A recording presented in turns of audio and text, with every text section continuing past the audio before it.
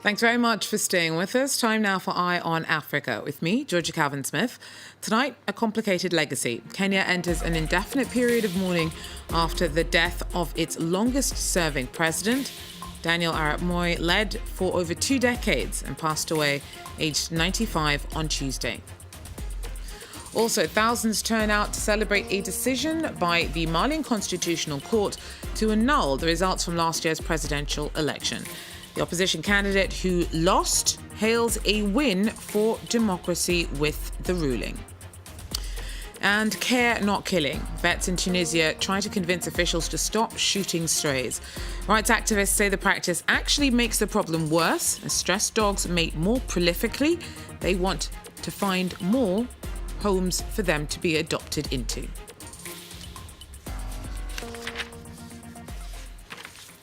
But first, Kenya's longest-serving president has died. Daniel Arap Moi passed away at a Nairobi hospital on Tuesday. He was 95. The former school teacher turned vice president eventually led the country for 24 years after succeeding Kenya's founding leader in 1978. Despite Moi's authoritarian approach, he was seen as a unifying figure by many Kenyans, although others never forgot some of the abuses under his leadership. Claire Rush tells us more. A divisive figure, hailed by some for bringing stability while neighboring countries plunged into civil war, accused by others of being a corrupt dictator. Daniel Arap Moi, the second president of Kenya, has died at age 95 after months in hospital. Moi came to power in 1978. 4 years later, he responded to an attempted coup with a fierce crackdown on his opponents. He became more repressive in dealing with dissent. Kenya's Truth, Justice and Reconciliation Commission found that his government was responsible for rights violations, including unlawful detention, massacres, and torture. Mass protests and international pressure ultimately led to multi-party elections. Amid divided opposition, Moi won the polls of 1992 and 1997 on the heels of lauded social policies such as free milk for primary school students. But term limits forced him to step down in 2002 after 24 years in power, making him Kenya's longest-serving president. At a funeral home in the capital, Nairobi, relatives and officials gathered Tuesday to pay respect. We have lost a respected leader, somebody who served this country with a lot of dedication, somebody who rose to the highest office from very humble beginnings. Not all Kenyans, however, are mourning Moi's passing. Moi died, and it's a happy day in our country because Moi was a murderer. Moi was a bad man. People were tortured, people were killed. There's nothing good to say about Moi. A period of national mourning has been declared until a state funeral is held. Well, staying with Kenya, a school there has been closed for a week, a day after 14 children were killed in a stampede. Investigators are looking into what caused the crush on the staircase of Kakamega Primary School on Monday. A counselling centre has been set up for devastated parents and pupils. Kenya's Deputy President, William Ruto, and the Minister of Education visited the building on Tuesday.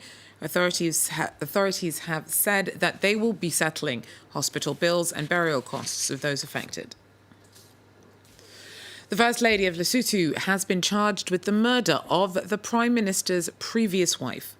Police issued an arrest warrant for Mois Tabane last month in connection to the killing of Thomas Tabane's estranged spouse, Lipolelo, in 2017. Now, Lipolelo was shot dead days before her husband was sworn in as leader.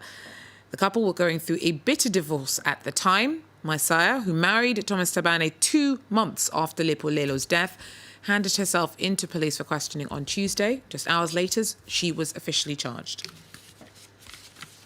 Now, thousands of people have turned out to celebrate a decision by the Malawian Constitutional Court to annul the results from last year's presidential election. Opposition leader Lazarus Chakwera challenged Peter Mutharika's win last year, saying the vote was rigged. Chakwera said that this week's ruling is a win for African justice. Nicolas Chemin has more. Thousands of his supporters cheered opposition leader Lazarus Chakwera. Malawi's constitutional court annulled the presidential election he lost last year.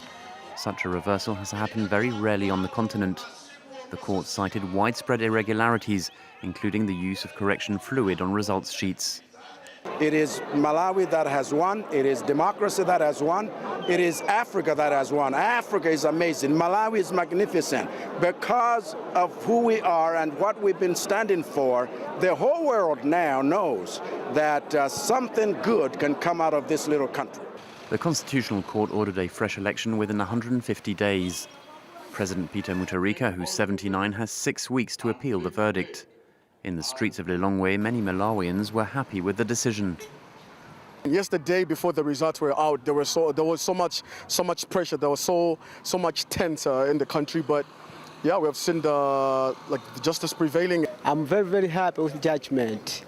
It's a true indication that Malawi have true democracy, and we really appreciate our court judgment. Last year, demonstrators took to the streets over several months to protest against the election's results. The court's decision echoes a similar one in Kenya in 2017, when the election was also annulled.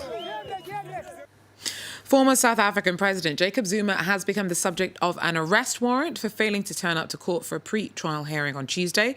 His lawyers say that the 77-year-old was absent because he was ill. He's facing charges in a long-running case over allegations of fraud, corruption and racketeering in connection to an arms deal in the 90s. Zuma stepped down as president in 2018 and is still fielding the fallout from several scandals linked to his time in office. The court's deferred execution of the warrant against him, though, until May the 6th, when the case resumes. And it's the #1 conversation topic in DR Congo, as our correspondents tell us. Food prices have gone up dramatically recently, and many are finding it increasingly difficult to make ends meet. Our team on the ground sent us this report. Laura and Pamela are finding it hard to believe how much food prices have gone up at this Kinshasa market. Even cassava leaves are far more expensive than usual.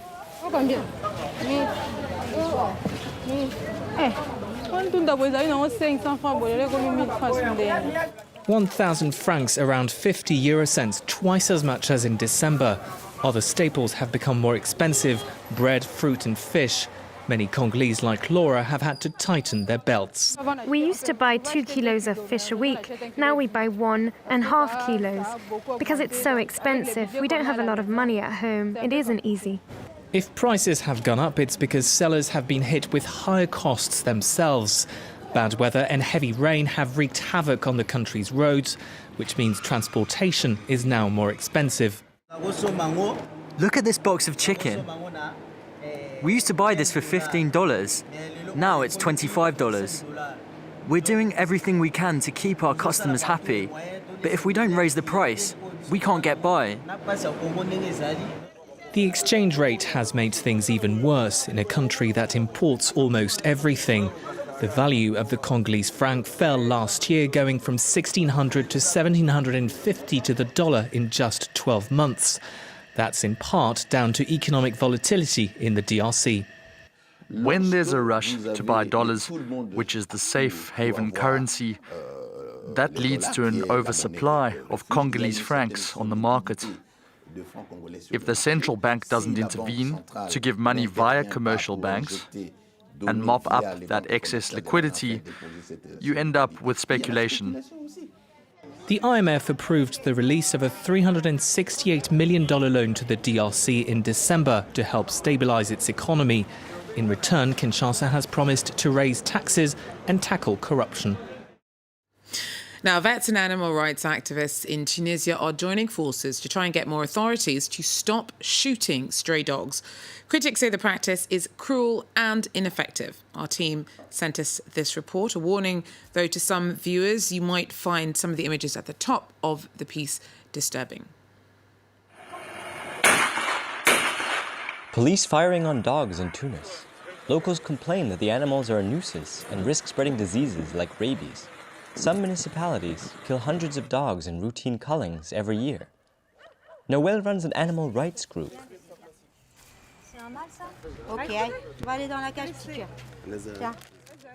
She's trying to persuade local authorities to stop shooting dogs and catch and vaccinate them instead.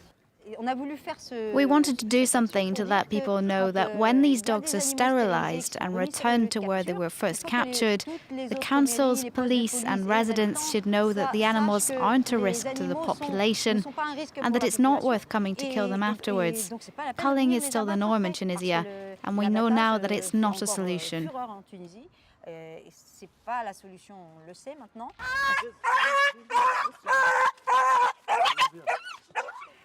Shooting can often injure rather than kill animals. Many vets are against the practice. In Ariana and Tunis, volunteers have opened a temporary clinic for strays. We vaccinate them against rabies and we put ear tags on them and release them. In the long term, this system is better at controlling the stray dog population. We know that the culling will raise the number of dogs because when dogs are stressed by killings, they mate more, and it triggers the proliferation of stray dogs. Most Tunisian dog shelters are currently almost full. Rather than building more, some activists want to focus on getting more vaccinated dogs adopted. Now that we've saved a lot of dogs but are struggling to find them homes, our shelter is full. We posted a notice about it online and we explained to people who call us that we can't accept any more dogs, but we can help them with finding host families. Some local authorities are slowly moving away from culling, but the shift is hindered by a crippling lack of resources. Well, that's it for Eye on Africa. Thanks very much for joining us. Do so again. Take care.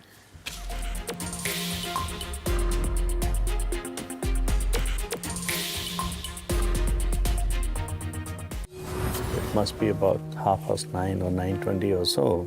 The first call came to me that from one of my colleagues that there's a shooting going on inside the hotel.